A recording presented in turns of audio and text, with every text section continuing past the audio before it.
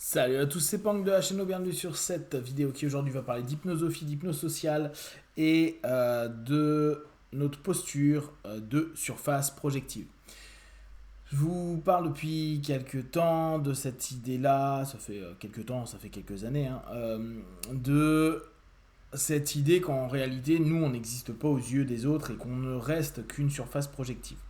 C'est-à-dire qu'à un moment donné, l'autre ne nous voit pas nous dans nos comportements, nos façons d'être, voire même dans nos façons de faire. Ils vont plutôt observer ce qui va faire écho à ce dont ils ont besoin à un moment donné, en positif et ou en négatif. Nous ne devenons à ce moment-là que un support sur lequel eux, ils peuvent projeter ce qu'ils ont envie de eux sur nous et des attentes qu'ils ont de nous vers eux.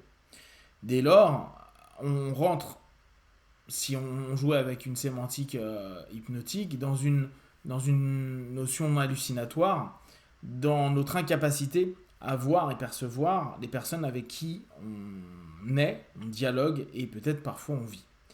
On veut voir une partie d'eux, où on a vu il y a longtemps une partie d'eux qu'on estime être quelque chose qui leur correspond, voire même on va aller jusqu'à dire qu'on connaît la personne avec qui on fonctionne.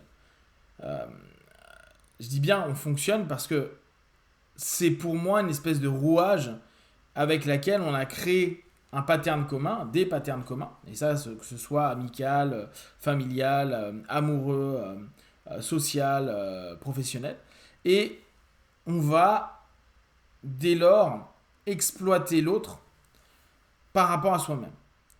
En somme, on est toujours objet de quelqu'un et on objectise quelqu'un.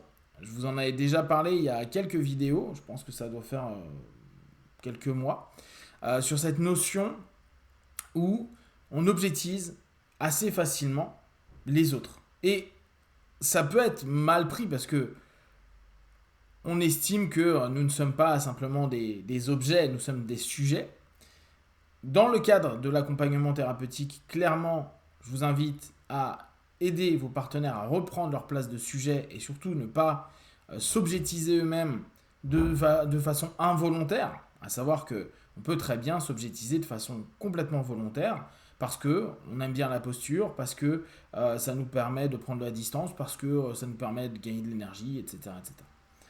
Dans le principe de surface projective, se dire je suis une surface projective peut être hyper gênant. Pourquoi ? Parce que notre notion égotique, notre notion de personnalité va à un moment ou à un autre commencer à bouger à l'intérieur de nous pour dire non mais attends, je ne suis pas ce que tu dis.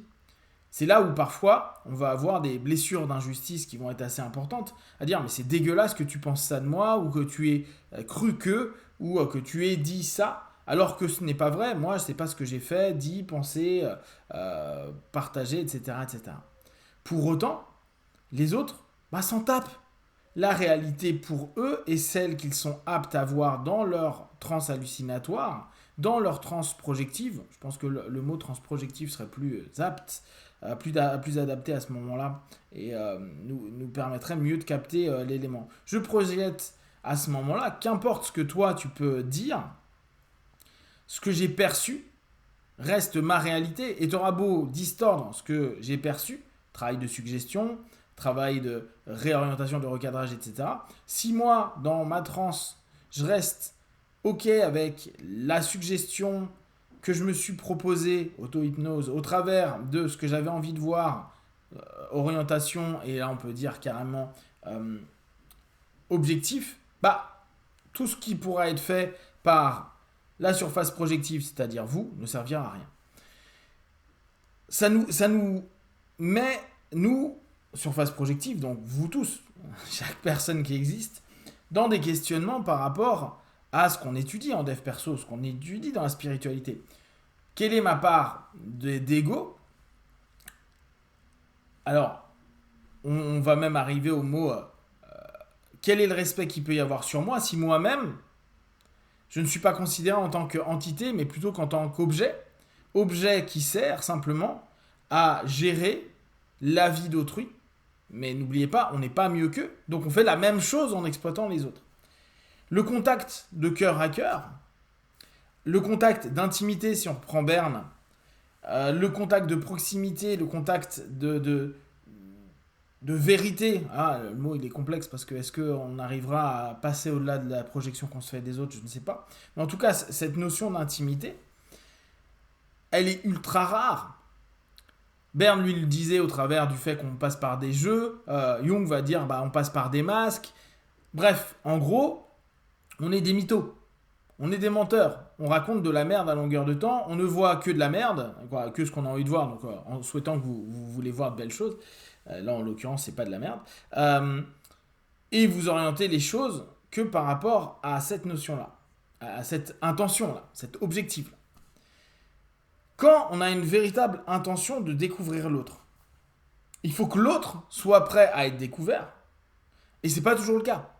Et attention, n'allez pas dans l'illusion du rapport amoureux du départ, qui n'est que une transe où les deux vivent dans des hallucinations, et absolument pas dans une connaissance de l'autre. Par contre, comment peut-on connaître quelqu'un d'autre ? Donc le sortir de sa surface projective, de l'objet de la surface projective qu'il est pour nous, et nous-mêmes sortir de cette objetisation de nous-mêmes et du fait d'accepter d'être une surface projective, si nous-mêmes nous ne connaissons que très peu ou pas. Parce qu'au bout du compte, il y aura peu de sincérité, vu que l'autre va vous proposer un masque qui pense être lui-même, alors qu'on est encore, peut-être ce coup-ci moins sur de la projection, mais sur l'évaluation personnelle de ce que l'on pense être au travers d'un masque qu'on n'a même pas observé ou capté, parce qu'on est dans le déni de ce que l'on peut être. Dès lors, le rapport d'intimité, de vrai, d'authenticité, tous les mots qui sont un peu puissants par rapport à l'autre sont encore illusoires. Est-ce qu'on peut connaître quelqu'un qui se connaît peu ou qui s'illusionne dans ce qu'il se connaît ? Et vu qu'en plus, il va projeter aux autres des rapports qui vont confirmer, rationaliser ce qu'il pense être, à quel moment on est en phase ? D'où le fait souvent, dans l'expérience personnelle d'isolement qu'on a souvent dans les quêtes initiatiques, dans la quête du héros, etc., etc. Cette notion, à un moment, le retour vers soi, par soi, en soi, sans les autres, et sans devenir cette surface projective, et en ne vivant qu'avec la perception de ce que l'on a, mais sans le rapport à ce que l'autre pourrait nous ramener, peut nous donner un début de réalité. Néanmoins, ça reste que possiblement on peut être en transe à se suggérer des choses par rapport à des idéaux, projections self-idéalisées, croyances, etc. etc. Et non pas vers ce que l'on est, qui doit, ou qui est souvent, parce que doit, c'est pas forcément une nécessité, je connais pas tous les humains, mais qui, la plupart du temps, va allier ombre et lumière, yin-yang, animus anima, etc., etc. S'il n'y a pas les deux facettes, il n'y a pas une connexion avec ces différents éléments, là encore, on est dans l'illusion. Et c'est nous-mêmes qui nous projetons sur une surface projective qui est notre imagination ou une partie de nous qui est un self idéalisé au bout du compte. L'idée, c'est de pouvoir au fur et à mesure accepter dans un premier temps qu'on n'est que des surfaces projectives. Et que donc oui, va y avoir, on reprend la notion d'injustice, on pourra reprendre les notions perçues comme stressantes, le manque de respect, les notions de manque de reconnaissance, etc., etc. Mais parce que, en fait, comment vous voulez que quelqu'un vous reconnaisse, comment vous voulez que quelqu'un vous respecte, comment vous voulez que quelqu'un soit juste avec vous, étant donné qu'il n'est pas capable de voir que vous êtes autre chose que ce qu'il a envie que vous soyez. En ennemi ou en ami, en aimant ou en détestant. Selon son état psycho-émotionnel, selon tout ce qu'il a vécu, selon sa transe, selon ses suggestions, selon les injonctions qu'il a aussi reçues d'un monde, etc., etc. Je vous invite à juste faire un petit jeu, celui pendant 2, 3, 4 jours, de tester de n'être qu'une surface projective. De se dire, qu'importe. Là, la personne, ce qu'elle vient de me dire, c'est juste par rapport à ce qu'elle a besoin de moi. Dès lors, ok, vous êtes objet, et vous prenez conscience que vous avez une utilité pour les choses, ça va peut-être vous stresser, gêner, embêter, énerver, agacer, voire même déprimer, etc. etc. Si vous sentez que ça vous fait vraiment du mal, laissez tomber ce jeu-là. Mais commencez à observer à quel point vous n'êtes rien pour personne, à part un objet, parfois transitoire, en tout cas un élément utilisationnel de l'autre, sans même qu'il le veuille, hein, c'est pas volontaire, c'est pas... Là, on peut réutiliser le mot pervers. C'est juste que on n'est peut-être pas apte à prendre attention à l'autre, autre que comme un objet de transition, justement, si on prend Winnicott. Et là, je pensais, ne serait-ce que les parents, ils ont été utiles à l'enfant pour qu'il se développe. Et après, bah, bien sûr, il s'envole, etc. Donc, il y a quelque chose, je pense, d'intéressant à se dire, qu'est-ce que l'on est, nous? Et ça, c'est toujours la voie qui est sympa. Après, elle n'est pas toujours évidente. Et pourquoi, dès lors, je peux être touché par ce que quelqu'un va projeter sur moi, sachant que elle ne sait pas qui je suis, sachant que déjà, moi, je suis même pas sûr de me connaître complètement.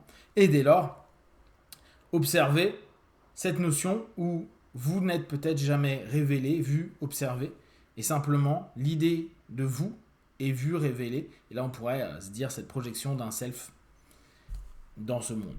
Si vous avez des questions d'armes que vous partagez sur Facebook, YouTube, j'y répondrai le plus rapidement possible. Et comme d'habitude, de tout ce que je propose, ne prenez que ce qui est bon juste pour vous. Testez, observez, analysez et concluez. Be one, ciao.